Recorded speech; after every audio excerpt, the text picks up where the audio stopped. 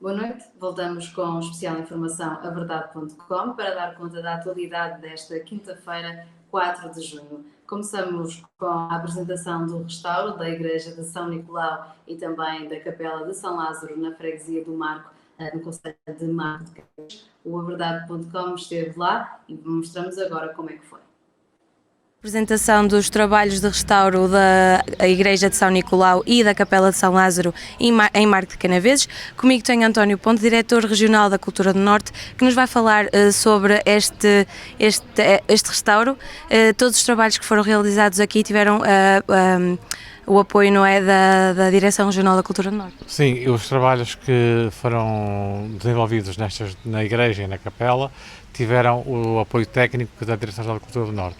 É um procedimento habitual que nós temos com a Rota do Românico, no desenvolvimento de um conjunto grande de projetos que a Rota do Românico desenvolve no território e que consiste, na generalidade das vezes, na disponibilização das nossas equipas técnicas e das suas áreas de especialidade na construção dos projetos e também depois no acompanhamento da execução das empreitadas.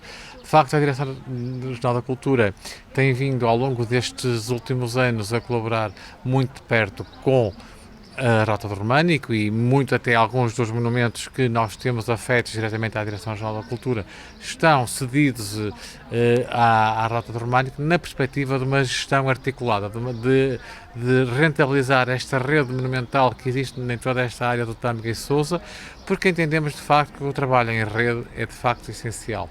Nós temos a consciência que as pessoas não o fazem por mal, fazem-no pelo grande afeto que têm aos bens, fazem-no pela sua devoção e fazem-no pela tradição.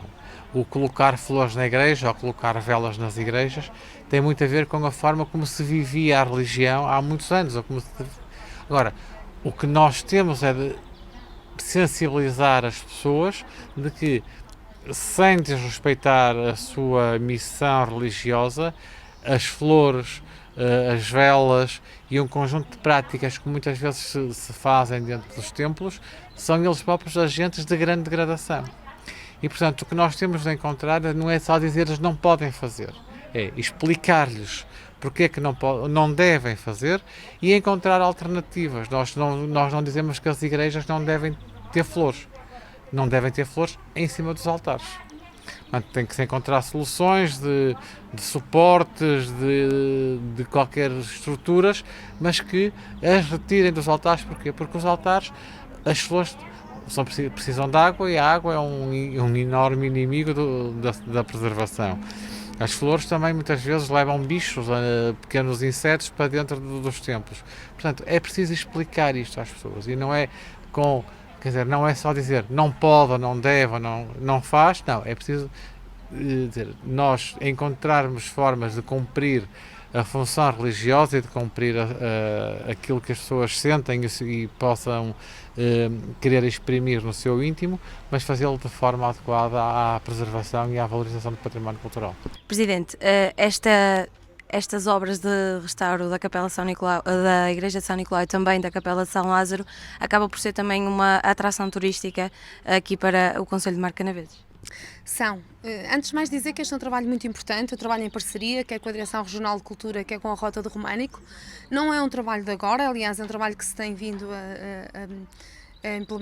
tem vindo a ser implementado no município em articulação com estas entidades, não só aqui, temos agora dois exemplos que foram investimentos muito grandes, a Ponte do Arco, o restauro da Igreja de Soalhães, por exemplo, e por isso são investimentos que o município tem conseguido capitalizar através destas entidades e que são muito importantes. E são muito importantes, primeiro, porque nós queremos preservar a cultura e a identidade do nosso povo, e isso é possível com este tipo de intervenções. Há bocado aqui, como quando se fazia esta apresentação, as técnicas diziam muito bem que há muita gente quando pensa que se faz um restauro que se consegue pôr a coisa mais colorida e mais bonita. Nem sempre é esse o objetivo, aliás, não é esse o objetivo. E o objetivo aqui foi preservar o que lá estava, independentemente de terem que até tornar a coisa um bocadinho mais pálida e não tão brilhante como era desejável para algumas pessoas. Mas o importante é que a história se mantenha aqui, é perceber o que é que está ali representado naqueles painéis, naquelas pinturas, porque é que apareceu ali, quando é que lá está, quem é que pagou essas pinturas, o que é que representam. Tudo isto faz parte da história do nosso concelho concelho, faz parte da história do nosso povo e nós queremos preservar essa identidade e essa história.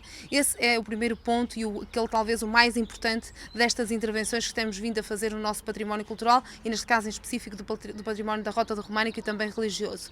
De facto, depois o que nós temos que fazer é também tirar proveito de todo este património. Eu ainda há bocado acabei de referir que nós tivemos a definir a nossa estratégia para o turismo e na nossa estratégia para o turismo também lá há umas medidas a implementar a curto e médio prazo para o turismo religioso. O trabalho da comunidade será de preservar e também de mostrar o que tem aqui, a riqueza que tem nesta igreja e também na Capela de São Lázaro. Claro, cuidarmos e também podermos abrir ao público, incentivar muito esta dimensão também, enfim. Vou-me inteirando, mas foi percebendo isso mesmo, não é? Uma das situações será de facto valorizar, abrindo ao público, agora neste tempo que estamos a viver um pouquinho em que também vão desconfinando, vão passeando, junto deste ambiente aqui bonito e envolvente, certamente será oportunidade também para que mais possam conhecer. O que é que foi feito pela Rota para preservar e potenciar estes dois monumentos? Uma das grandes preocupações da Rota é, se nós queremos valorizar património, o nosso património, a sua importância, temos que acima de tudo cuidar dele e salvaguardá-lo.